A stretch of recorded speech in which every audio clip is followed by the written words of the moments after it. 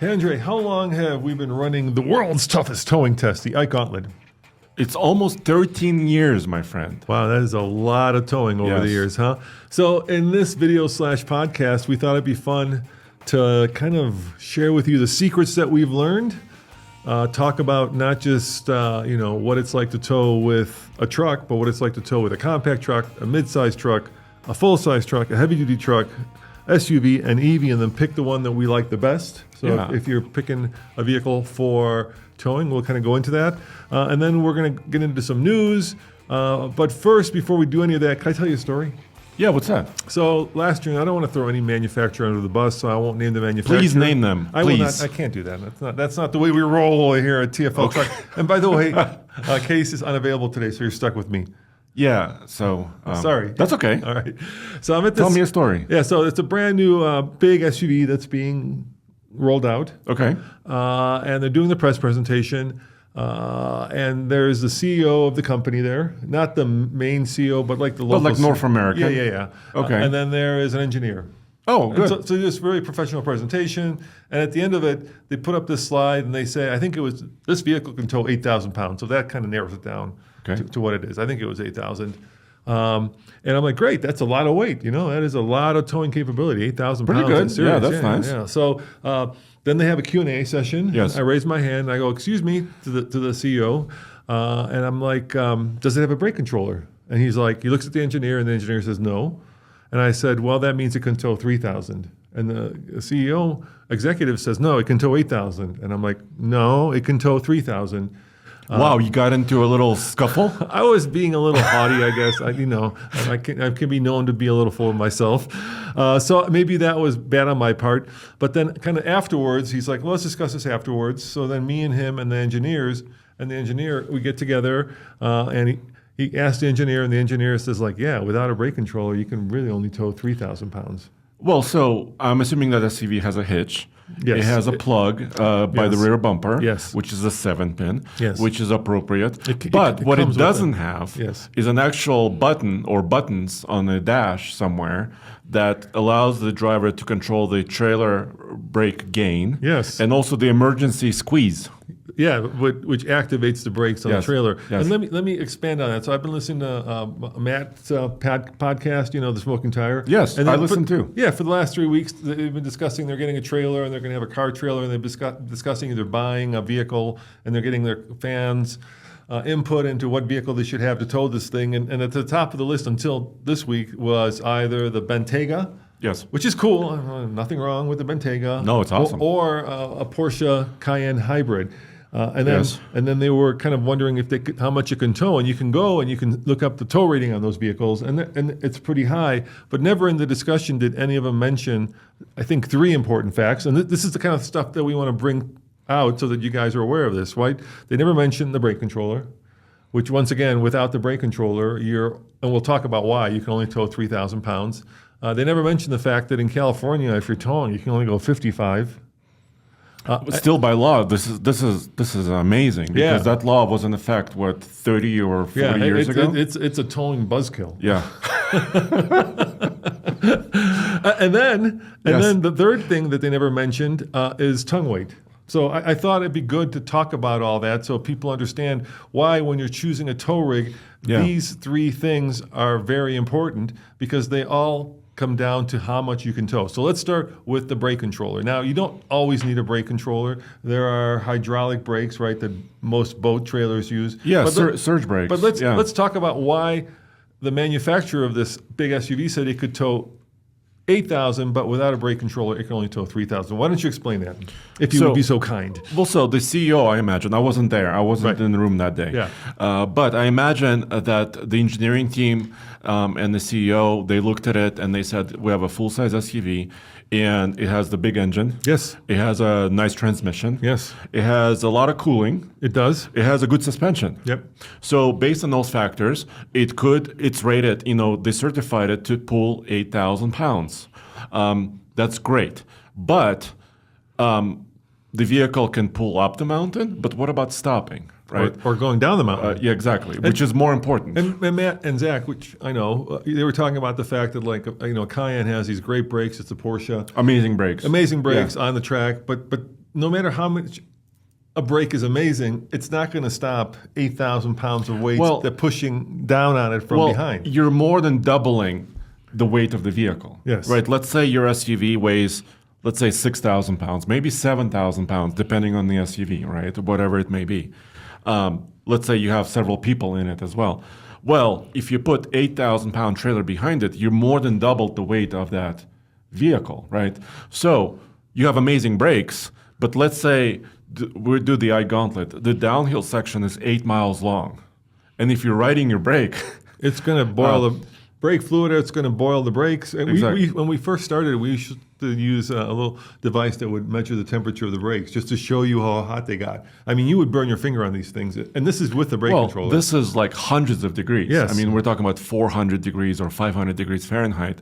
And on the mountain highways we drive on, the interstates like the I-70, they have runaway truck ramps for a reason. Yes. Because semi-trucks have gigantic brakes, right?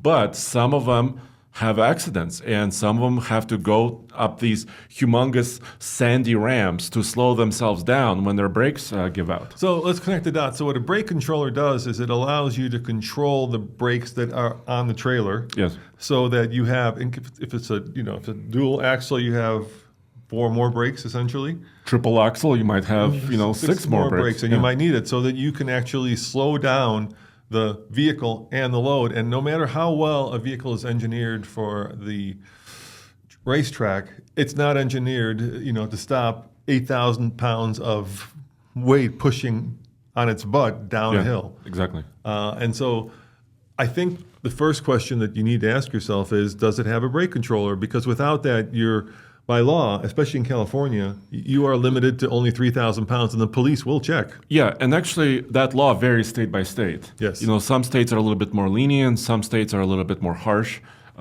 based on that. But by and large, we want to be safe, right? Yeah. All of us.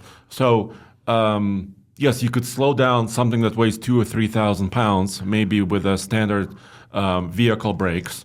But as soon as you go much further than that, that's when the problems can occur. And the other way to slow down, right, is to use your transmission, right? Most new pickup trucks and even some SUVs and some other vehicles have kind of something they call tow haul modes or grade shifting modes, where basically the transmission will help you downshift and actually get a lower gear, higher RPM on the downhill, and try to bring it down, slow it down. But a lot of vehicles, that's not very effective. Yeah, we'll talk about exhaust brakes when we get to the full size or heavy duty trucks, depending on where we're at. But yeah, so the problem, quite simply, is that if you don't have a brake controller and you want to tow more than 3, and let's face it, if you're new to towing, 3,000 pounds is nothing. It's maybe like a tiny side-by-side on a tiny trailer. It's basically a motorcycle. Or maybe a teardrop camper. Yeah, these are little tiny things. And keep in mind, a lot of people forget about this. You're not just getting the weight of the thing you're towing, but whatever is in the thing. So if it's a teardrop, you're going to have stuff in it. Your cooler full of drinks or food. Water is heavy. Yes, always water. Yeah. And there is a solution to that, and that is a wireless brake controller. But that comes with its own set of problems. So we have a wireless brake controller. Explain how that works, and let's talk about the problems that you have. So if you do want that, let's say, Zach, you do want that Bentayga or Cayenne, and you don't have a brake controller, you could get a wireless one. But what are the ups and downs of a wireless controller? Well, first of all, before you get to the wireless one, you could, if you have a Bentayga or a Cayenne, and if it doesn't have the trailer brake controller, have brake controllers built in. You could go to an aftermarket company. Mm-hmm. I would not recommend U-Haul for this, even though I love U-Haul, but they will probably use some sort of wood screws and drill into your dash, right? Sorry. Well, there goes U-Haul as a sponsor. U-Haul, we don't use wood screws unless it's wood. Okay, I've used U-Haul several times. I installed brakes wiring on my wife's Subaru once. And they had wood screws? No. Okay, good. But it wasn't great. Okay, yeah. They're good at doing the temporary hitch. things. Like the hitch. Let's say you want to go to U-Haul and you want to do a hitch, and not necessarily even for towing, but you want to have a bike carrier. It's good for that. Yeah. But so keep going. Yeah. You could drill into your dash, but I imagine if you own an expensive SUV like a Bentayga, you don't want to drill into its dash, right? So the wireless brake controller, like you were saying, makes a lot of sense. Basically, it comes with a little sensor that you put either on the trailer tongue, where the hitch is, or right there by the hitch of your vehicle. So that sensor basically senses acceleration, right? So it's got like a yaw sensor built in. Yeah, but kind of a yaw sensor, and also it gets the information from the trailer wires, right? That's running between your vehicle and your trailer. So every time you touch the brake pedal, that brake light turns on, right? So it understands when the brake is pushed, and also has a little accelerometer there. So it uses that information to kind of send more current to those trailer brakes. And at this point, it might be a good thing for all you non-towing types to explain what a brake controller does. So a brake controller is a little switch that you pull that allows you to control the brakes on your trailer from inside the cab of your truck or your car. And usually there's two tabs. One tab is stationary, one tab moves. And then there's two buttons with a plus and a minus. And so what the pulley thing does is when you pull on it, it activates the brakes manually. So if you need to manually activate them, it slowly starts applying brake pressure to the trailer. And then, because hopefully you won't be having to do it manually, that's an emergency thing, right? Let's say you're out of control and you need to have it stop. That's when you would grab it in an emergency because you don't want a jackknife. You can also set the brake gain. What the brake gain is just how hard the brakes are going to brake when you activate the vehicle's brakes. Exactly. And you want to set that so that the wheels, this is very simplistic, but so that the trailer wheels don't lock up. Yeah. But at the same time, you're not having it so soft that they don't actually provide much braking. Exactly. And you test this.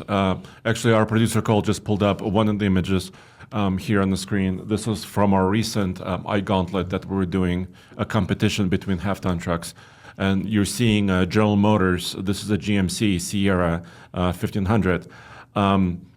Basically, I have a CDL.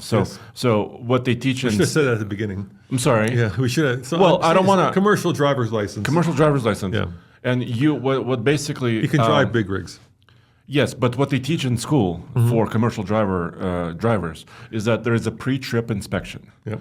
And you and I, we usually don't do pre-trip inspections when we go to Costco or run errands. Yeah. But when you're towing really, really heavy in the mountains, we always do a pre-trip inspection, and it includes testing the brake controller, right? Because if you start moving on a highway and you forgot to test it, and maybe the connection is not perfect, right? Something is wrong. All of a sudden you find yourself in a very precarious situation. So the way you set the gain, right, because it's from 0 to 10, right, is you kind of move in the parking lot very, very slowly and kind of squeeze that brake controller. But now you're activating the brakes on the trailer. You're activating the trailer. You're not touching the vehicle brakes pedal at all. And if the wheels harshly lock up, you have too much gain. Yeah, and you'll feel that because all of a sudden you will feel it. And you'll hear it because all of a sudden the trailer will pull very hard on your truck or car, and you'll have that like sudden jolt. And usually what my rule of thumb is, if you have a loaded trailer, I start around 5. Yeah. So it's kind of in the middle, right? And if it's not enough, I would increase 5 out of 10. 5 out of 10. For the brake gain. And if it's not enough, you'd go to like 6. But if it's too much, you could back it down. Maybe 4 or 3. And I think this is an important thing to add here. Just because you have a hitch receiver and just because you have a 7-pin plug in your vehicle doesn't mean that you have a brake controller. So all that does is allow you to hook up to the trailer and have lights. But that doesn't mean you can control the brakes. So that's an important thing. People sometimes assume if they see a hitch and they see that it's actually 2 plugs, right? There's a 7-pin plug and sometimes there's a 4. Yeah, there's a 4 depending on which system you have. So that doesn't mean you have a brake controller. Now the wireless one, which we're discussing, allows you to basically have that brake controller wirelessly in your cab, and you kind of lay it down and you can activate it manually. So instead of drilling into your dashboard and doing all that stuff, basically you're using a 12-volt connector or outlet inside of your cab of your vehicle. You're powering this handheld device. And that transmits a signal to the box that's in the back. Yes. Which then activates the brakes. Exactly. But there are downsides. First, they're expensive. Yeah, they're between like $300 to $400. Yeah. Yes. And then you have to install them, which is not that hard. But what do you do with it when you're not using it? It's kind of a good solution, maybe, if you have a bunch of vehicles and you're switching So first of all, you might need to drill into your trailer, right? Because you need to attach that box. Yeah, it's a big box. It's like the size of a bread loaf. It's not a small box. Dude, that's an old system we've been using for 8 years. Are the newer ones much smaller? The new ones are much smaller. Hey, it works, dude. How big is the new one? Like, okay, so ours is like a loaf of bread. The new one is the size of your mug. Really? That's so it's getting smaller. Yeah. Technology is improving. A TFL truck.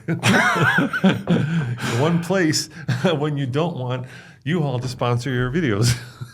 Sorry, U-Haul. I love you. I've rented many U-Hauls. Okay, so that's the wireless solution. Now there is another solution, and that is hydraulic brakes. And usually you sometimes referred to as surge brakes. So explain those, because you have a boat, and a lot of boat trailers are surge brakes, and you can forego a trailer hitch connector, trailer brake controller if you have a surge brake. Explain how that works. Yeah, so usually boat trailers, my wife and I have owned a boat for about, 20-some years. Because you're launching the boat by putting it in water, right? So usually electrically actuated brakes and water don't mix, right? So you could have some issues there. So the solution that's existed for, I don't know how many decades, maybe 100 years, is that there's a piston inside of your trailer tongue, and as soon as you stop, that piston moves. Yeah, because the weight of the trailer is pushing on that piston. So it's a physical thing, and as soon as that piston pushes, it pushes brake fluid into the brakes, hence stopping, braking. And it activates the brake lights. Yeah, well, the lights are always connected, right? Right, but the brake light it gets. And the brake light is of course activated because you're hitting the brakes in the car. You're slowing down, it's pushing on the piston, the piston is pushing the fluid, and it's hydraulic brakes. Big giant trailers, like, remember Mr. Truck and you and I, we would tow horse trailers, those giant gooseneck. With living quarters, Yes, those have a different braking system called electric over hydraulic, so they have really powerful hydraulic brakes, but they're actuated with a brake controller. So that's a whole other story. Yeah, so we're not going to get into. Let's not go fifth into wheel and gooseneck. At least not yet. Not yet. Yeah, that's a whole. That's going to really confuse people. Now there's two things I want to talk about here, and actually one of the things that Matt brought up in his podcast, when you go, and this is important, when you go to like Europe, the UK, for instance, or you watch Top Gear, you've got these little tiny, like 3-banger diesel Hyundais towing these enormous trailers. I have a story about this. Yeah, tell me. So we were fortunate enough, we got invited to Sweden to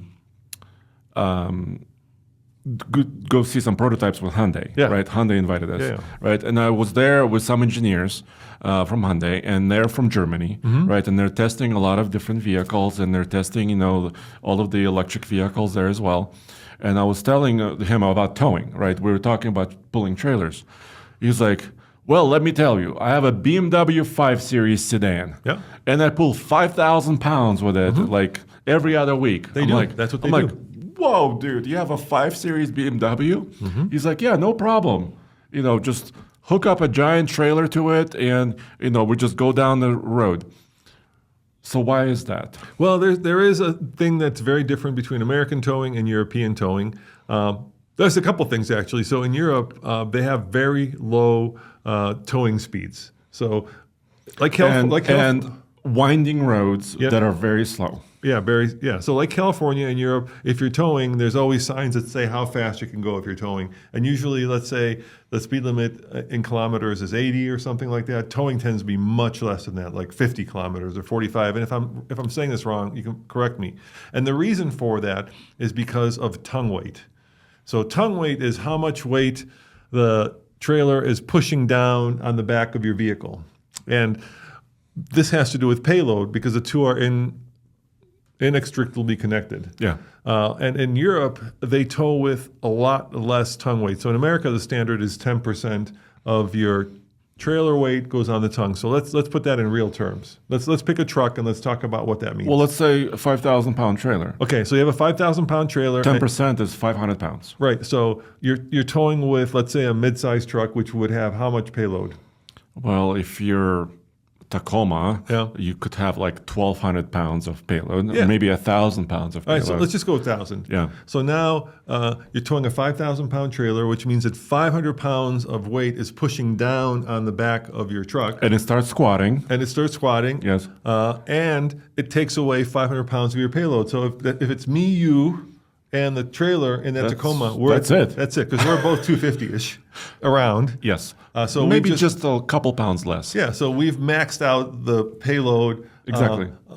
But in Europe, the reason they can get away with that is because they have these slow towing speeds. The problem in America, like in Utah, you can tow at 70, 80, yeah. Yeah. The problem is the less tongue weight, the more trailer sway. Yeah. And trailer sway. And the higher the speed, the more trailer sway. And the more dangerous it is. So if you're going slow, you can have a lot less tongue weight and not end up with trailer sway. And if you've ever been towing, and I just recently had this happen to me on a trip from Utah, and you get trailer sway, it's not just stressful, it's not white knuckle, it's terrifying. Because what starts happening is you get this like resonance frequency. The trailer starts swaying, and then the back end of the truck or car starts swaying. And then if you don't hit the brakes, and if you don't have a brake, one of the things brake controller does, and you can use the emergency thing for that, is if you push the brakes on the brake controller, it keeps the trailer Well, it swaying. activates the trailer brakes only, which brings it in line. So it doesn't sway. Exactly. And so what you have then is literally the tail wagging the dog. Think about that. Very heavy tail. Yeah. Think about like when when your dog starts wagging his tail and the whole dog starts going back and forth. Except now you're in a car doing, let's say, 80 miles an hour or a truck, and the next thing that's going to happen is you're going to jackknife. And if you're lucky, you're rolling. If you're lucky, you won't roll. And if you're not lucky, and so the way the Europeans do it is they have a lot less payload, but they have a lot less tongue weight. What I mean by a lot less payload is that 3-cylinder Hyundai, it doesn't have a lot of payload, but it doesn't need it, so they can tow a lot more with a lot less because they're moving a lot slower. So don't like look at Europe and say, hey, you guys. We could do the same thing here. You can, but it would be very dangerous. Well, also European markets, most countries, they don't have big pickup trucks for a reason, because they have old cities with really narrow streets, different regulations, different taxes, right? They tax vehicles differently based on what type of vehicle they have. So I was just in England last fall, with my family on vacation, and I think I want to think, and I don't think I saw any full-size pickup trucks whatsoever. Yeah. You see a Toyota Hilux, maybe, some other pickup trucks, small, mid-size or smaller, but you never see anything larger than that. So, yeah. So if we could play a bit of music, I'll do it. Ding! This is the number 3 secret that we've learned. Remember I said we'd share our secrets? Yes. From doing all these towing tests. And this is an important one. So let me ask, before I let you know the secret, let me ask you, how does a manufacturer determine how much a vehicle can tow? What are the criteria that go into that? Well, there's a standard, Roman. Okay, SAE? SAE, Society of Automotive Engineers. Yeah. And we've talked about this, I think, over the entire 13 years that we've been doing this. 2807 is the number. And I've memorized that number for that standard. And they do so many different tests. They have to do with heat. They tow at Davis Dam, making sure they can withstand 100-degree or above ambient temperatures in Fahrenheit, and the vehicles don't overheat. Case and I actually did this in a Ram 3500 truck. We're showing a clip of this right now. They also have like lane change maneuvers, testing braking tests. Actually, Tommy went out to Ram Proving Grounds in Chelsea, Michigan, and he visited with their engineers. And we have a video detailing. I mean, this is very, very and the SAE standards stringent. Have all these criteria. And I'll just give you one as an example. Like you have to park the vehicle and the load on I don't know what the percentage of incline is. It's pretty extreme. It's like 30% grade or something. And then you have to, lock the emergency brake and the vehicle, put it in park, and the vehicle has to be able to hold that without slipping backwards or going down. So there's all these standards, and of course, it has to do with chassis rigidity, it has to do with suspension. But here's the secret. So I used to do triathlon, we used to do swim, bike, run, and there was always a limiter, right? The limiter is a sport that makes you not be competitive. Like if you're a good runner and you're a good cyclist, you might be a crappy swimmer. If you're a good swimmer and a good cyclist, you might be a bad runner. That's how usually it happens. So limiter is the slowest sport that you're at. And the limiter in general for towing, and you said it tends to be heat or cooling. You would think it would be like, how big are the leaf springs? How big your engine is or something. No, it has not. It usually has more to do with how well can you cool two things, right? Your transmission and your engine. And that's why when you get a towing package, it usually has additional coolers for both of those. Yeah. And exactly. So it tends to be about not overheating either one of those. And if you notice when we do the Ike Gauntlet, Andre always puts up the temperatures, especially on the trucks that provide them, so that we know. And ironically, I think more often than not, it's actually more of the transmission than the engine. The engine tends to stay pretty cool, but the one that tends to heat up much quicker is the transmission.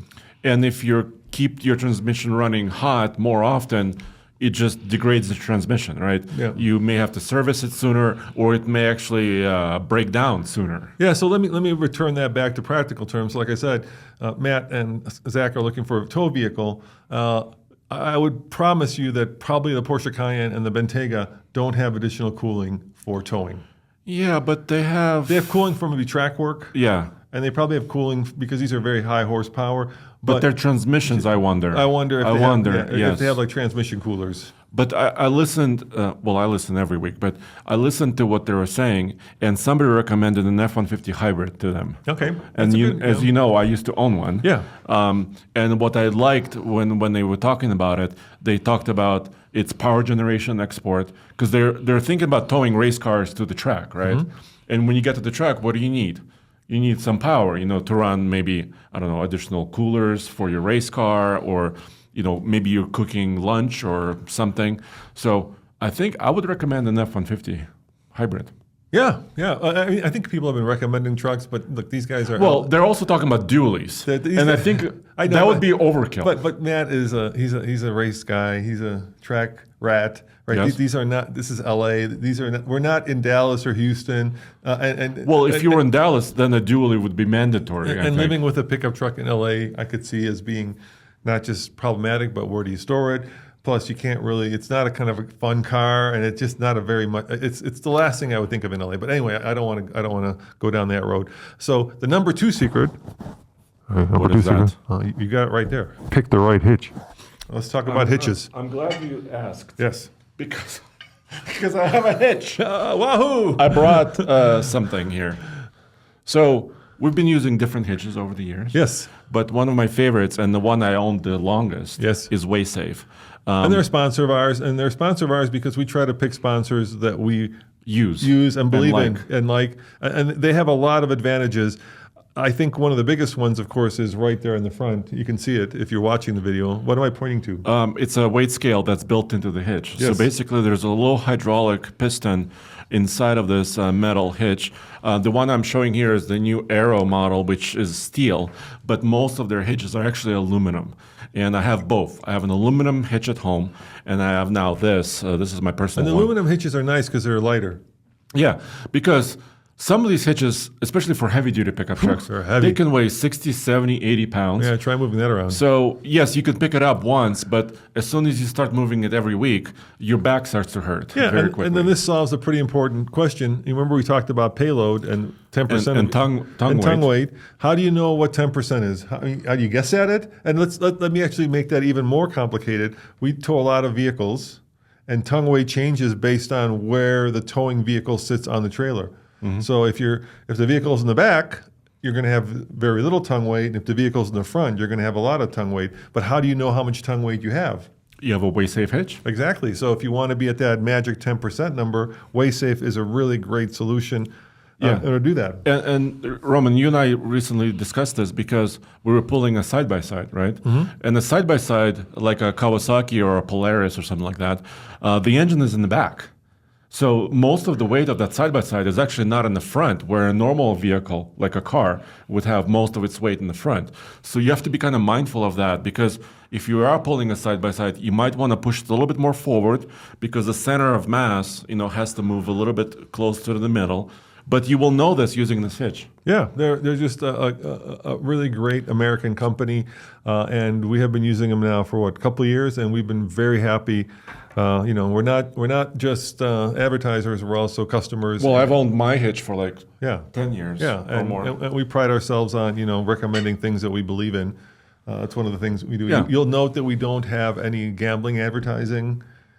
Or like alcohol. Because alcohol and cars don't mix. And so that's kind of old school, and it's probably detrimental to, our revenue. But at the same time, we're old school that way. Yeah. All right. You're not drinking alcohol here, are you? No. All right, let's go to the third secret. Yes. And this is something I've learned from you. Let's say you're towing a car, which we tow a lot. Yes, especially we just towed on Friday when we when we exploded the diff on our Land Cruiser. By the way, a Land Cruiser is a big chunk of a vehicle. Yeah. It's pretty heavy. And hey, I got to thank Nathan. Shout out to my man Nathan from Minnesota. Nathan Lee, I think. Yeah. So we exploded this front diff on our Land Cruiser, and this is a budget build. So what we're trying to do is do an inexpensive build. The Land Cruiser has 241,000 miles. It's got, It's a 2005. It's a 2005. 100 series. It doesn't have lockers, and we decided to do first dirt and take it up. If you didn't see this video, but maybe Cole will show it here. We decided to take it up the Ironclads and Razor Rocks. And the Razor Rocks. Yeah. And Tommy was in it, and all of a sudden there was this horrendous, snap. The kind of sound you never want to hear. This is the second diff we've busted, by the way, on Ironclads. Yeah, I know. So this is almost becoming a trend, and I hope that doesn't continue. But basically, we didn't want to drive the Land Cruiser home. It made it down the trail. Yeah. But it was so loud because it was this horrendous, every rotation of the wheel. It was like a clank, clank, clank, clank, clank. And you're being, it was more than a clank. It was like metal on metal destroying itself. Yes. And we thought it could have been a CV joint. Or we thought it could have been the diff, and we took it to our man Charlie over at Charlie's Garage here in Boulder. He does nothing but Toyotas. Great mechanic, by the way. Thank you, Charlie, for taking us. He's got a 6-week wait, Andre, 6 weeks, and he's very popular. He took us right away. Anyway, so he figured out, because I've got the parts. I should have brought him in. I've got parts of the diff, some of the teeth. He gave them to me, and then we did this video showing. We're about to show how we destroyed it. Shall we wait till Tommy destroys it? Did they get sound or not? They won't hear sound, right? You don't have sound. Okay. But you could watch it on TFL Off-Road. Yeah, you can watch it on TFL Off-Road. No, I think he's backing down now, and this is all done. Yeah, it's all destroyed. Oh, you could see ooh, yes. Right there. It just went pop. And the whole vehicle rocked backwards, actually. Yeah. Anyway, so we put up the video, and our man Nathan actually had... Look at this face. Yeah. had a spare...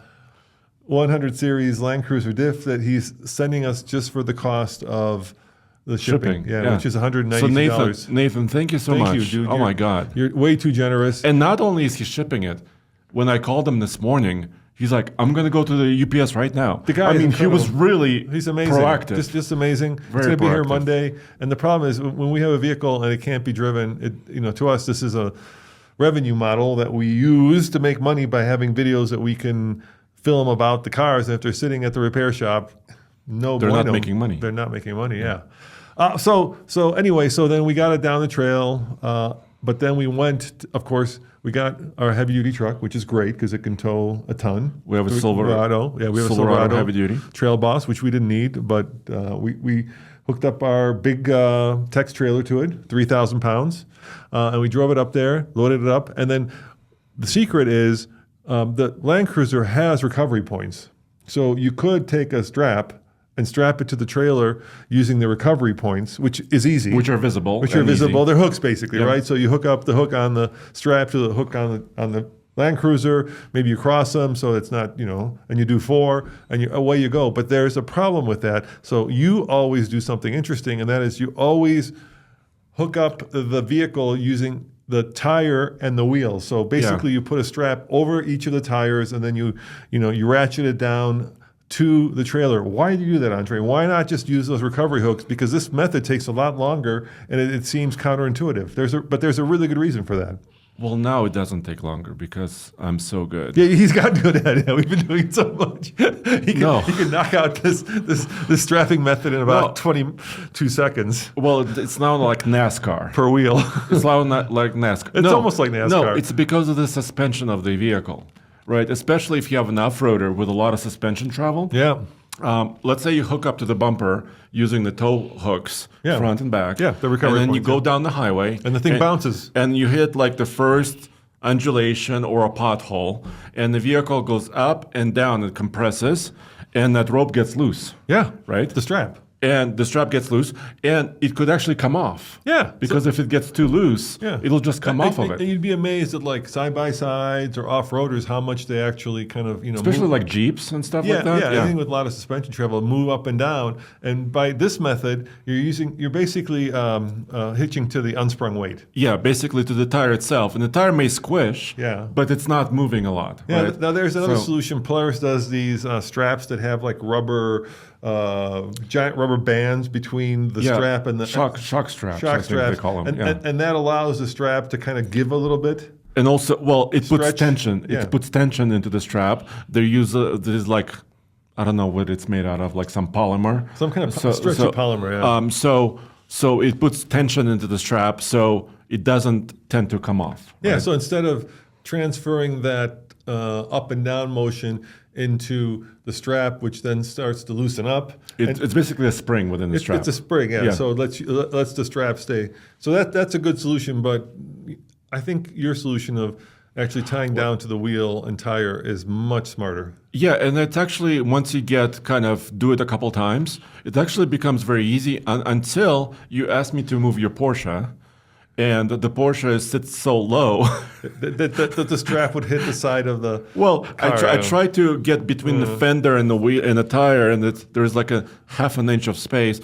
That was challenging. Yeah, and think if you want to picture what that looks like, you're basically taking the strap and lassoing. It's a lasso. It's like a cowboy. You're being a cowboy. Yeah, like lassoing the wheel and the tire, and then the strap. And tying it down to the trailer. And tying it down to the trailer, and then the part of the lasso that does the round thing, it actually holds onto the tire really well because it's rubber. It's rubber, yeah. And then you've got the grooves in the tire, so it does a really good job. So there's an extra secret. Okay, what's that? Do you want to know the extra one? Yeah. Behind the tire is sometimes there's a brake line. Okay. Because all cars have brakes. So you know what's dangerous? If you strap over that brake line and you start ratcheting it down, you're going to squeeze the brake line. If it snaps, now all of your brake fluid from your car you're trying to tie down is leaking down onto the trailer, and you lose all your brakes. And then another. This isn't a secret, but this is just you want to make sure before you go that your lights are working, and an easy way to do that is you want to make sure both the brake lights working and the turn signals are working. So you can hit the brake, you can hit left turn signal, you can hit right turn signal, you can just hit the hazard, which basically does the same thing with one button. New trucks have actually little tools like in the center console. You could push a light test, and they will cycle every light, including reverse lights, so you could see everything all at once. Yeah, it's nice. Yes, it's nice. So there's another secret of towing smart. Well, it's not secret anymore. It's not. We're giving away all of our secrets on here. And there's one more. If we're gonna talk about this, if you're towing more than a few miles, you want to probably stop after a few miles. How many miles would you say? And then check the straps, no matter how you strap it down. Because I can't tell you how many times we've done that, and one of the straps inevitably just comes loose. I don't know why or how, but it just does. Exactly. And there's special rules for commercial drivers to do this as well. I believe it's between 25 and 50 miles where you have to stop for the first time to check your straps. By law. Yeah, for sure. But it's good. What usually happens to us, let's say Ike Gauntlet is about 150-mile round trip. What usually happens to us, we get in, we check all the straps first, then we go, and we usually stop for fuel or, I don't know, some tea, iced tea or something like that. And that's the time to check. Again, right? So, we go about 20 miles, check the straps, make sure everything is fine, and then you're good to go. All right. Before we get to the different vehicles that we've tested and what they're good for and more secrets, let's do some rapid fire news. This week, Andre, we published a story about a new Super Duty Tremor on 37s. Tell me about that. Yeah, it's on our site, tfltruck.com. So this came from a professional photographer in Michigan. Yeah. And this caught our eye immediately because it's what appears to be a Super Duty. In fact, a 350 because it has a badge on the side. which is on 37s. Now, why that is significant is we've never seen a factory truck on 35s. And not 37s. Yes. We've seen 35s, but not 37s. For Super Duties, right? Specifically for heavy duty trucks. Super Duty is just Ford's way of being different. I know, they're super. Yeah. So this program is not brought to you by Ford, by the way. No, nor Chevy. Or any other vehicle manufacturer. Brought to you by Titan, the truck you can no longer buy. No, it's brought to you by WaySafe, actually. Not the Titan, huh? No, not the Cummins Titan. No, it doesn't exist anymore. So how do we know it's a manufactured truck? Because first of all, we could see it has manufacturer license plates. Hopefully you didn't publish that code there that we just went up there.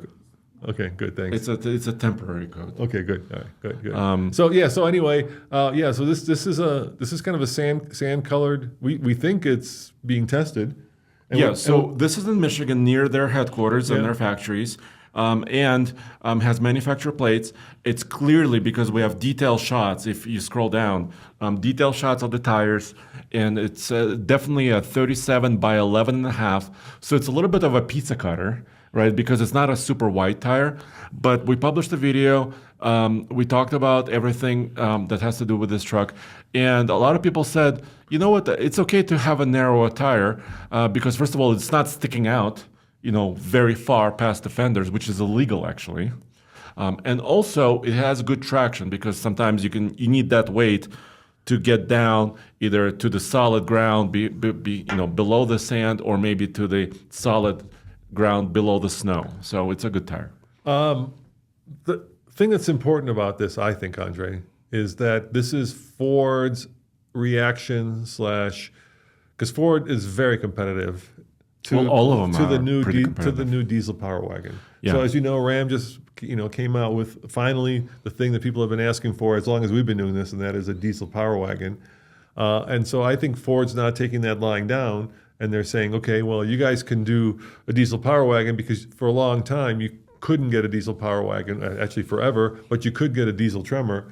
And then they kind of one-up them because not only does the Tremor now have 37s, but it also has a winch, which for some reason you can't now get in the new diesel Cummins Power Wagon. Yeah, because there's not enough space. The factory one. Yeah. So the factory Ram Power Wagon Cummins doesn't quite have enough space inside the bumper, the stock bumper. Yeah. You could always put aftermarket bumpers on whatever you want, but the Ford does come with a dealership installed Warn winch that you can actually see in these images. By the way, Ford did not. They did not announce this. This is just a spy image that we're studying here, spy images. Can I do a little editorial while we're in the news? Yeah. As you know, the thing that everybody's been talking about is the fact that the government is doing away or is allowing manufacturers to do away with the stop-start technology, which, let's face it, most people hate. Yes. Right? Because the problem with it is that every time you cycle the car, it comes on and off.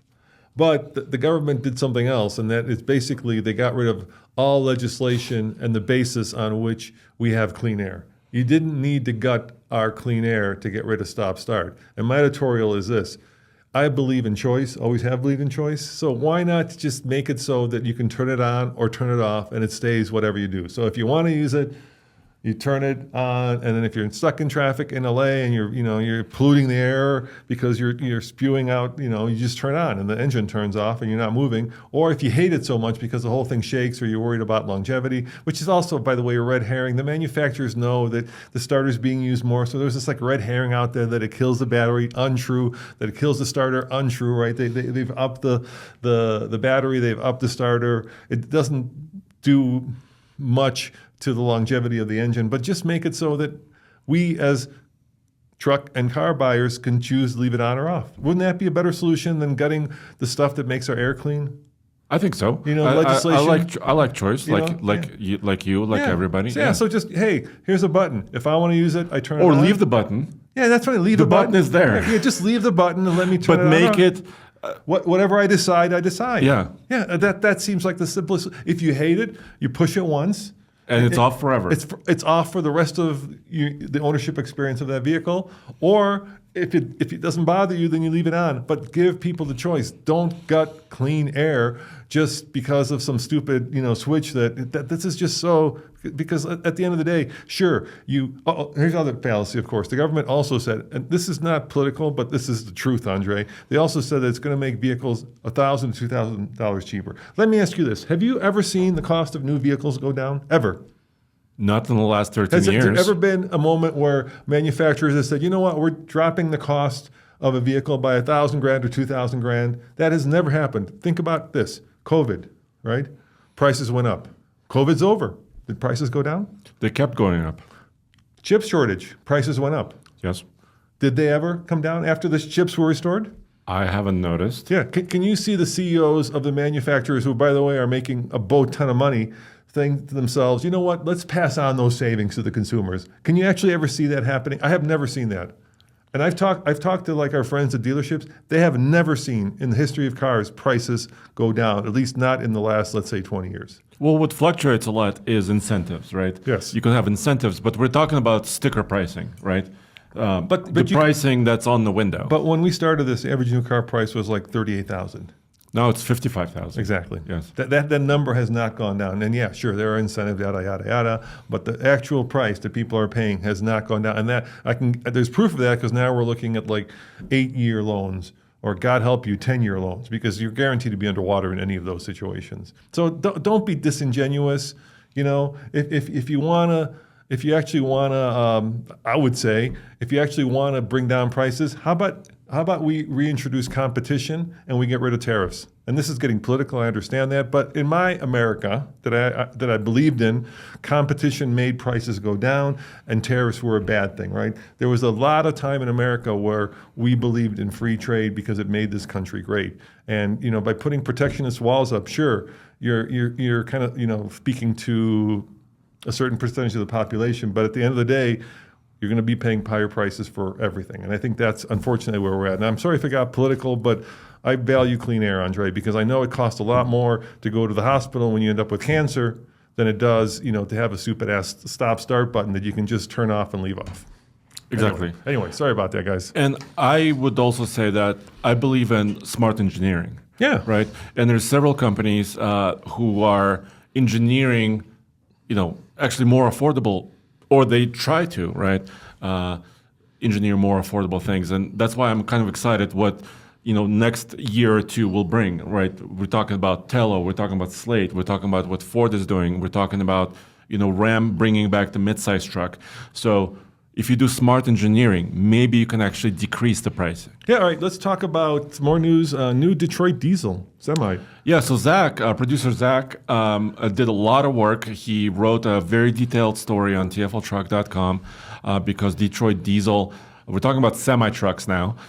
They are actually introducing a new Generation 6 turbo diesel family of engines, and they're adding actually quite smart emissions control systems, which kind of goes, once again, about your point about clean air. So Detroit Diesel is adding more smart solutions for emission control, but that's one of the sticking points with reliability with a lot of people. So we'll have to wait and see how this shakes out. And speaking of not clean air, we did a story on on a tank recently, right? At Detroit. Yeah, and they just came out with what you said. We were scratching our heads. So the tank is powered by a diesel engine, right? So it's a hybrid. It's a hybrid turbine, right? No, it's a Caterpillar turbo diesel. Okay, and it produces 1,000 horsepower from 13 liters. Yeah, which is rare because these diesels, for example, over-the-road trucks, the semi-trucks that you and I see every day on the highway and the roads, those usually have 13-liter, 15-liter, or 16-liter displacement engines. These are large, straight-six engines. But the horsepower levels usually go up to about 600. That's where it or tops 650. Out, yeah. That tops out. Yeah. So they have a lot of torque, sometimes 2,000 pound-feet of torque, some of these engines, including these Detroit diesels that we're seeing here on screen. But and they're Caterpillar, like 80,000 pounds maximum. Yes, but Caterpillar, this tank weighs 60 tons, these or 70 tons. These tanks are super, super, super heavy, and They said 1,000 horsepower. And I was wondering, how do they do this? But in a tank, I think if you scroll down a little bit in this document, you see that line right there. There's 2 lines in the middle of the page. It says 1,000 horsepower, emissions level unregulated. So it's a military use. It's a military use vehicle. Yeah, so they got more power by not having to deal with the emissions, which is a reason that people don't like emissions, because of reliability and because it saves power. This is absolutely true. But they're also introducing this hybrid thing in the tank, right? Okay. So it has a gigantic transmission, which includes electric motors, which means it has additional torque from electricity. It stores some of it. It's a hybrid tank. And it's also can be silent. Yeah. So can you imagine an Abrams sneaking up on you? Well, I remember when they had the ZH2. Remember the ZH2? I went and did the story on this. Yeah, hydrogen electric. Yeah, and the reason the military gave it was a Colorado that was powered by a fuel cell, and the reason they gave for it was because, and they showed this to us. We were at one of the military camps in the Springs, and then this truck snuck up on us because fuel cell makes no noise. And so it's there's some other noises, tire noises, whatever it may be. But it's not a diesel noise. Yeah, I mean a tank, a traditional Abrams, you could probably hear coming like a mile because away. Of tracks. Yeah, and engine. Because it's squeezing, the earth. We also have a couple of comments from Don and Adrian. Yeah, what are they saying? All right, so Don on frame car like a Crown Vic. Oh, he's saying we should do an Ike Gauntlet with a Crown Vic. An old body on frame car. That might be kind of interesting. Thanks for the suggestion. Yeah. Yeah. I mean, it's not known as a great tow rig, but it's maybe better than the BMW 5 Series. So what we have found is that the farther we get away from trucks, the less people care about towing. And I think that's because people use trucks for towing. And then as you get farther from that kind of use, then the amount of people who actually tow with stuff goes down. And so I'm thinking what ends up happening is that there's less interest in the video because the chances of you towing. So this would be kind of a man bites dog video where you have this Crown Vic towing. It would almost be like a typical YouTuber stunty thing, but it's not. And then the problem with that, Don, quite honestly, is we take the Ike seriously. It's kind of the crown. The jewel in the crown. The jewel. Yeah, yes. And then if we turn it into some kind of a silly thing where, doing something that nobody does, then it kind of devalues the test and it just becomes like a silly, like, hey, Andre, guess what we're towing with today, Yes. But maybe we could do tow on another road. Maybe not an Ike Gauntlet, but doing we also do torture testing here in the summer where we pull up Sunshine Canyon, the toaster. Yeah. I mean, we could toast the Crown Vic. You could do like a Whistling Diesel thing where you get a closed course, and you see just how much the thing could pull before, the back end of it comes flying off. Now, Adrian has a cool comment. Thank you, Adrian. Yeah. Just want to say you guys are awesome. Thank you very much. I've bought several vehicles specifically based on after watching your reviews. I currently he owns a TRX, Ram TRX 2021. So the original one like you bought. You won't believe what I case saw yesterday. What? We'll get to your comment, sorry. So we're driving back to the office, and we both spotted this. There's a guy, a painter, who's like a house painter, who's parked on the side of the road, and he's got all his paint supplies in this truck, and then he's got like this big compressor in the truck. Guess what the truck was? Was the TRX? It was a Raptor R. Raptor R? Yeah, dude, that is an expensive. Did he have like a ladder rack? Yeah, with ladders? No, but he had a compressor and he had paint. It was like he was using his Raptor R as a work truck. I thought that was pretty awesome. I know, it's a tax thing. It could be I mean, a $120,000 truck as a work truck is pretty ballsy. It's a flex. Yeah, congrats to you, my man. It's a flex. So if you see your painter pulling up on a Raptor R, you might be paying too much. You might be paying too much for your paint. So what is Adrian saying? What's he? He said he remembers when Case and I did one of the towing videos, not an Ike Gauntlet, but we actually went over Loveland Pass, which is actually higher elevation than the Ike Gauntlet, and it's actually slower because it's got a lot of twists and turns, and our brakes were glowing. Oh, I remember. So, we've had that happen a few times. Yeah, so actually... We've had them smoking, too. Yeah. So you would think that a performance truck like a TRX or a Raptor R would have amazing brakes. This is similar to what Matt is talking about, right, in his podcast. But usually, it's not amazing, right? And it's usually... So you have to rely on the brakes of the trailer to actually help you out. All right. So let's quickly just go through some of the... Just really quickly. Yeah. How much time do we have, Cole? Where are we at? No time. No time. Okay. Oh, we're almost done. Okay. All right. So let's just we're not going to go through every truck because that would take the next 3 hours. Well, Roman, we did 195 Ike Gauntlets. Yeah. So how much time do you have? Yeah, not enough.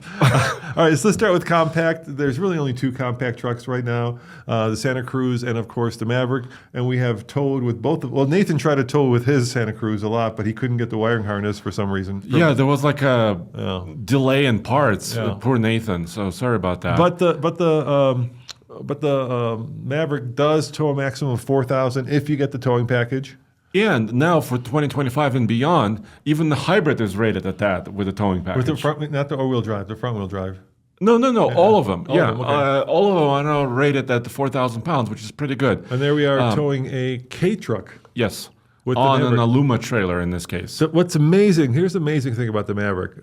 It has incredible payload. It's got, I believe, 1,400 pounds of payload? Yeah, the Ford Maverick has more payload than my Tundra. This is a previous generation. Yeah, I know. Yes, that's how. So here's one thing I'll say about the Maverick, so we can move on.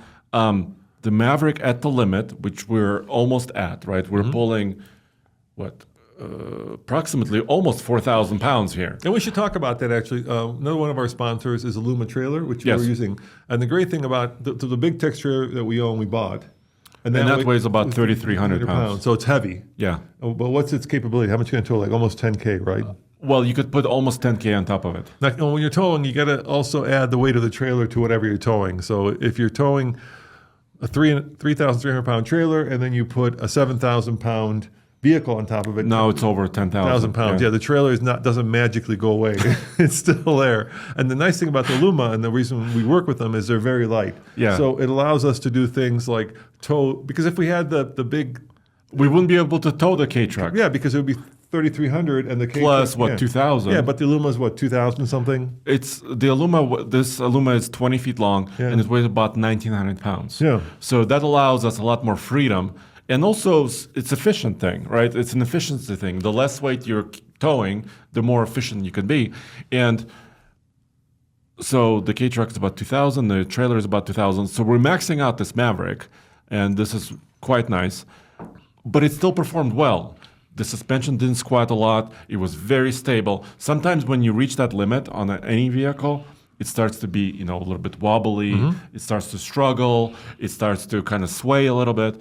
The Maverick didn't do any of that. The Maverick just continues to surprise. It just continues to surprise, whether it's its fuel economy, which our all-wheel drive version was always in the low 40s, which is incredible, whether it's its utility, whether it's inside. I mean, look at you and Case now. You're both, relatively good. We're large boys. And look at how much shoulder room you have. Well, Case is very handsome and slim. Yes. But I'm a pretty large boy. And look at the hat. It fits in the Maverick. Yes. How cool is that? I have to say, it's one of my favorite trucks. I was really sad to sell it. We paid, I think, $37,000 for it.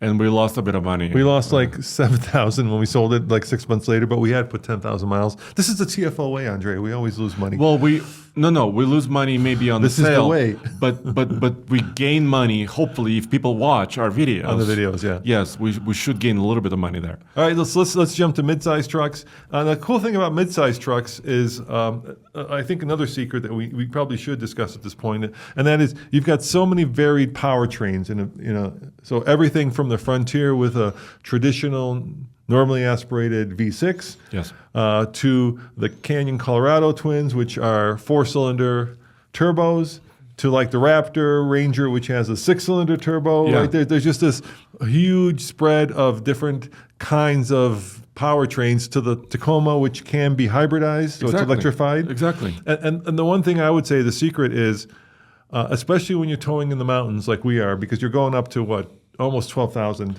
11,000. 11,158. Is that at that point, air density gets very thin. And so if you have something like a turbocharger or like a battery that helps with torque, it's a good thing. Elevation. At high elevations, yeah. It's a good thing. So we love turbos, we love electrification, and just normally aspirated engines. While if you're in California your whole life towing back and forth between San Francisco and San Diego, let's say, or LA and San Diego, then it really doesn't matter. But when you come up here, anytime you can get something to help out, it's a good day.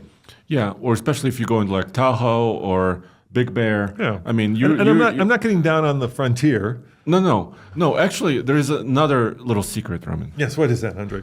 So they lower the displacement of the engine. Like the Tacoma has a 2.4 liter, and the Colorado GM trucks have 2.7, and on and on and on. The lower the displacement, the less kind of braking power that engine has on the downhill, right? The back pressure of that engine.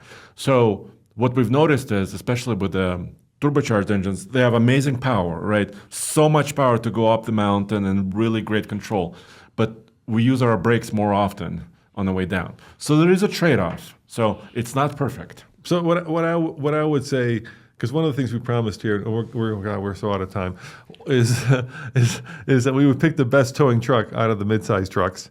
And I would say that the best way to look at that, I think, is not just what the payload is. So you got to look at the payload. That's first and foremost. So the higher the payload, the more you're going to be able to tow. And more people you can bring with you, et cetera. Et cetera. Yeah. So if you're looking at a good towing truck, look first and foremost at the payload. Yeah.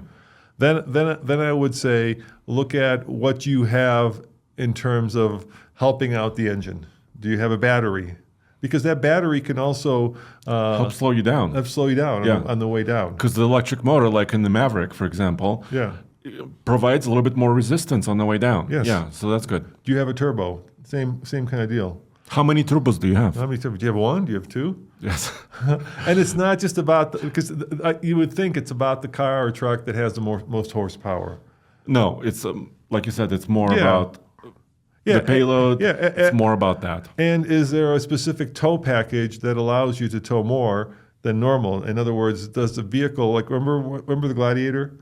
The thing that kept the Gladiator from towing a lot initially was because we'll finish on this. We'll do the other trucks at some other point because we're out of time. We'll leave you. This will be a cliffhanger. We can finish this next week.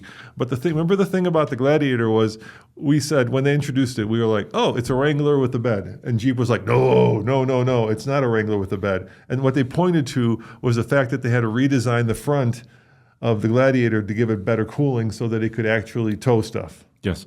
And then they talked about doing a rear suspension system similar to the Ram truck. So that's what they said. Yeah. And so the thing about the Pentastar when you're towing, and this is the one that's It's a screamer. It's a screamer. and so if you don't like, and it's incredible. I'm not dissing on the Pentastar. It's one of the most reliable engines. I think it'll go down in history as being one of the most, and it's in everything that Stellantis and also popular. I mean, they build millions of these. Yeah, and they don't do well when you turbocharge them, as some of our friends have found out. But they do well if you leave them alone. But the issue with it is it just 8 minutes of solid like, and you think like a piston's going to go flying through. It never flies through, but it screams. But it screams. Yeah. And so turbos, electrified vehicles don't do that. Yeah, with a turbocharged engine, you're usually, if the Pentastar is at 6,000 RPM, which we saw, then the turbocharged engine is like between 2,000 and 3,000 RPM, which makes for a more relaxed driving experience because you're not hearing the engine. And I want to end on a secret. And I want to end on something else before I get to the secret. Okay, I want to end on this first. So we just sold our Tremor, and we bought that because a lot of you guys were longing for a V8, and the Coyote is one of the best V8s out there. We had an F-150 Tremor V8 with the Coyote. But I have to say, I was I was somewhat disappointed by its towing ability. And we towed a pretty good sized trailer, 7,000 foot like adventure trailer, from Salt Lake City down to Moab and all the way to Colorado. Yes. And I did not enjoy towing with that truck. And the reason for it is, while it sounds phenomenal if you're just driving around town, right, that big V8 exhaust, it's really working hard when you're towing 7,000 pounds. And that's not at its capacity. That's still... It's rated at 9,900 pounds. Yeah. And when I say working hard, I mean you can you could hit the RPM. Yeah. Yes. And unlike the 3.5 in the Ford, or even the 2.7, which are both twin turbos, which seem to be like, hey, no problem, I'll tow 7,000. The Coyote is there really working hard. You know what it is? What? We got spoiled. By the twin turbos? The twin turbos and hybrids. And the Ram, too. I should also, the Hurricane, same thing. Yes, the Hurricane is amazing at this. Yeah. Yes. So I think we got spoiled because before we were spoiled by turbochargers in our half-ton trucks, That's what everybody had. They had V8s. Yeah. That's what we had. We had big block V8s, small V8s, different versions of V8s. But now... And you need that 36-gallon tank when you're towing with a V8. I'm going to say that. Uphill. Yes. And I'm going to have a hot take.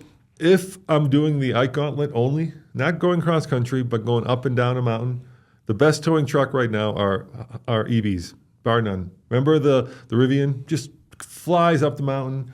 Regen just you gain energy on the way down, and it controls the load. Yes. So you want like a smooth, easy towing truck. Get yourself a Lightning, or get yourself a Chevy Silverado EV, or GMC Sierra EV, or get yourself a Rivian. I'm not saying you're going to love it when you're going, to California from Colorado. No, because you're going to run charging it is problematic, but can be. But if you're going up and down a mountain, oh my God, is it so much fun, because there's so much torque, there's so much horsepower, and there's so much brake regen that it just does really well. Where it falls on its face is in range. In fact, when we're pulling one on an electric vehicle, and we've tested basically everything, right, including the Cybertruck and the Hummer and everything else, you're never touching the brakes on the way down, because the electric motors have so much capacity, and they're actually putting energy back into the battery as you're going down. So you actually never touch the brake once. So what we measure is how much energy actually did we recoup, right, on the way down. And I failed the Rivian, and that was controversial, because we basically took it to the nearest supercharger, because we weren't running Rivian's route planner. And I did not know this, and part of this is on me. Me and Andre had a long discussion about this. When I say discussion, I mean argument. We were screaming at each other. Yeah, because he feels like we should be the experts, and we should have known that there's two superchargers in Silverthorne, basically. When like next to each other, almost. They're like 2 miles apart. Yeah. The closest one is an old one, and the farther one, which is by the gas station, is a newer one. And apparently Rivian works with the newer one, but not the older one. Now, to be fair, when we plugged it in, nothing said anywhere what version it is, or anything like that. By the way, you might want to go down the street, or this supercharger doesn't work with this truck. There was no message. There was nothing. But if you had been running route planning. So I failed it based on that, because we're out of power, and now I think to myself, well, why can't I charge on the supercharger network when supercharger network was obviously available? Is available, yes. And I also was kind of stressed, because when you are going low on power and you're pulling a trailer, and we don't live there, right? So we don't know everything about that area. Well, I knew there was a second set of superchargers. Yes, but you don't want to start driving around looking for things, because you're burning energy looking for things. Well, right? And to be fair, the new superchargers, I think they have a pull-in one for actually towing. So they have one that's kind of like you pull through. It's not pull through; it's pull in. It's really weird. When I say pull in, like imagine like there's like 6 superchargers, right, that are lined up next to each other, and then there's one that's on the side. No, it's in that line, but it's much farther down. Oh, so you can kind of have a trailer there pull too, in, and then you could back out, but you can't pull through. Would be nice, but you can't pull through. So you can pull in and then back out. But to be fair, I feel bad about that, because that's partially on me. I should have known that, but like I said, there's nothing. It wouldn't have been hard for Rivian to throw up a message saying, "Oh, by the way, we only work with V whatever it is, V2 or V3 or V4 or 3 and 4, versions of superchargers, and not this one." Because once it has that NACS charging port, you just kind of assume. Let me know in the comments below. Was it my fault, or am I being rational? I don't know. Okay. All right, and then the last tip. This is the most important one. That's why I saved it for last. I think this is people think about this the wrong way, and I've learned because of you, Andre. This is a lesson I've learned. So usually when people go into buying a truck, they think about it, or a tow rig. They think about it this way: what's the smallest tow rig I can get away with to pull my load? That's poorly worded, but you know what I mean. No, I understand. Right? They kind of go like, okay, what's the least amount of money I can spend and get away with and the smallest vehicle possible. Yeah, because it's cheaper. And the one thing we have found, which is so much nicer, is more truck is always better, or more vehicle is always better, because at some point you will put more stuff into it, or you will decide to go heavy, and you're going to have a much better experience if you have a bigger truck than you think you need. And it'll be safer, it'll be less stressful, and it's also why heavy-duty and super-duty trucks are so incredibly good at towing. Yeah, And when we had to bring that Land Cruiser off the mountain when we had an issue, we chose a heavy-duty diesel. Yeah, we went right for the diesel. Yeah. And there's a reason that we keep our diesel trucks for 3 years and everything else for like 6 months to a year, because we always want to have a diesel truck, the right tool for the right job. And also, like we talked about Maverick being good at the limit, there's some exceptions to this, yeah, right? Sure. But in generally speaking, you want to have a truck that's not stressed, like a big turbo diesel, that's actually pulling your big trailer on the mountain. If you can afford it. I know if you can afford it. Yes, I know. Yes, that Chevy, we paid about $72,000 for it. Yes, so it's not very affordable. But nonetheless, if you have a need, you should try to get as big of a truck as you can. There is an exception to this rule. What? Texas. In Texas, you're going to be driving a Super Duty, or no matter, you will never tow in your life, and you're going to go to the dealer and you're going to be, give me that 3,500. I want the 3,500 because in Texas, the bigger the truck, the better the truck. Whether you tow or not. Fair. I get that. So still cheaper than one tiny story, one miniature story. I know Cole is tired of us.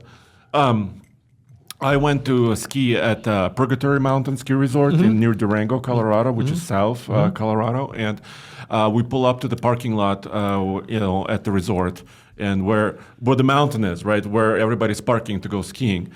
I would say 70% of vehicles have Texas plates, and they're all trucks. And they're all trucks or Suburbans. 25% of trucks are sold in. All yes, trucks are sold in Texas. And I was like a kid in the candy store because. Here's a lifted Super Duty. Here's a lifted Chevy. Here's a lifted Ram, Cummins. There's Raptor Rs. As far as the eye could see. Yeah. Everybody drove a Raptor R to the ski resort. I appreciate that. Yeah. Well, because we're truck guys, dude. Because they have big distances. Texas, dude. When we did ocean to ocean drive in electric cars, we had to drive. What was it called? 900 miles across Texas. Texas is a big place, 900 miles if you go, lengthwise. So when you have big distances, you want to be comfortable. You want to have, some fun. I can't think of anything better than a truck to cross country. Oh, yes. Because still, even though they're expensive, they still provide the most all-weather capability, the most all-road capability, the most comfort.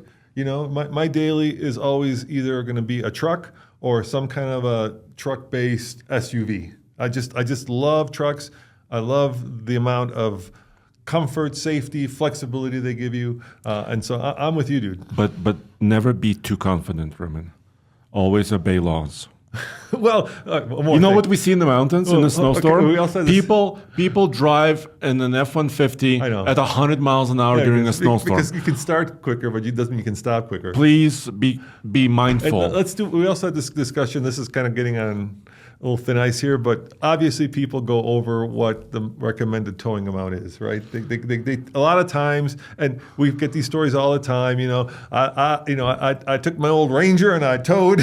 1 million pounds with it. Exactly. And yes, you can do that. You can go 2, 3, 4, 5,000 pounds over whatever the tow rating is. But here's what ends up happening, and this is important, right? When you're at the limit or below the limit, you kind of feel like this is safe and this is comfortable and this is non-stressful. When you start getting above that, things start to quickly change. And then all of a sudden, like your safety margin goes down. So yeah, you could probably go 2,000, 3,000 pounds over whatever the truck's limit is, but then all of a sudden, if you're in the mountains and there's a wind blowing, you're going to start having issues. Or it could be, that issue could be critical. It could be life-threatening. Yes, or you don't get that weight right on the trailer. You have big problems. You better get that weight right if you're going to be towing over the limit of the truck. You better have that tongue weight right, or you're going to be, you're going to be squatting, where you're going to be blinding everybody. Well, people always say, Andre, why do you show us the payload on every truck you're testing? I can put whatever the heck I want inside of my truck, I can tow from here to Timbuktu. But we always say, yes, we have a 22-acre ranch, right? Yes, I can put 1 million pounds behind our Chevy, and I can move it across the ranch. Right.